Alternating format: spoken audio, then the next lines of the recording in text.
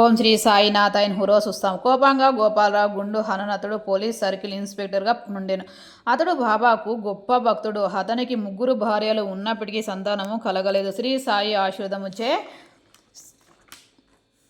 అతనికి ఒక కొడుకు పుట్టెను. ఆనంద సమయంలో అతనికి షిరిడీలో ఉరోస్ ఉత్సవం నిర్వహించాలని ఆలోచన కలిగినది. తన ఆలోచనలు తాత్యా కోతే పటేల్, దాదా కోతే పటేల్, మాధవరావు దేశపాండే తదితర తక్కిన సాయి భక్తులు ముందుంచెను. వారంతా దీనిని ఆమోదించిరి. బాబా ఆశీర్వాదముచి అనుమతి పొందిరి.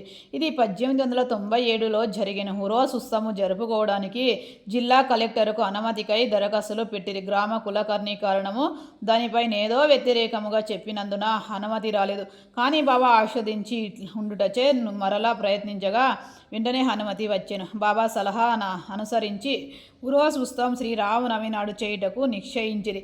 ఈ ఉరోస్ ఉత్సవమును శ్రీరామనవమి నాడు జరుపుకోనుటలో హిందూ మహమ్మదీయుల సమైక్యత భావము బాబా ఉద్దేశము కాబోలు. భవిష్యత్ సంఘటనలను బట్టి చూడగా బాబా సంకల్పం నెరవేరినట్లు స్పష్టమగును. ఉత్సవము జరుపుటకు అనుమతే వచ్చును గాని ఇతర అవాంతలను కొన్ని తలెత్తినవి. చిన్న గ్రామమైన షిలో నీటి ఎద్దటి అధికముగా నుండెను. గ్రామం అంతటికి 2 నూతనలు ఉండేవి. ఒకటి ఎండాకాలంలో నిండిపోవచ్చుండెను, రెండవ దానిలో నీళ్లు ఉప్పినవి. ఈ సమస్యను బాబాకు నివేదించగా బాబా ఉప్పు నీటి బావిలో పువ్వులు వేసెను. ఐశ్వర్యకరంగా ఉప్పు నీరు మంచినీళ్ళుగా మారిపోయినవి. ఆ నీరు కూడా చాలకపోవటచే తాత్యా పటేల్ దూరముగా నుండి మోటార్ల ద్వారా నీరు తెప్పించెను. తాత్కాలిక అంగళ్ళు వెలిసినవి. కుస్తీలు పోటీలు కేర్పాట్లైనట్లు చేయబడినవి. గోపాలరావు గుండుకొక మిత్రుడు గలడు. వాని పేరు దాము హన్నా కసార్. అతని పేరు అతనిది అహ్మద్ నగర్. అతనికి 2 భార్యలు ఉన్నప్పటికీను సంతానము కలగకుండేను. అతనికి కూడా బాబా ఆశీర్వాదముచే పుత్ర సంతానము కలిగేను.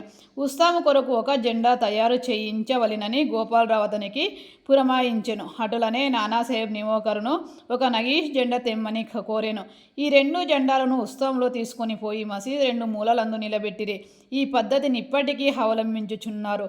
బాబా తాము నివసించిన ఈ మసీద్ ద్వారకమాయి అని పిలిచేడివారు. ఓం శ్రీ సాయినాథార్పణమస్తు. శుభమో భవతు. ధన్యవాదములు.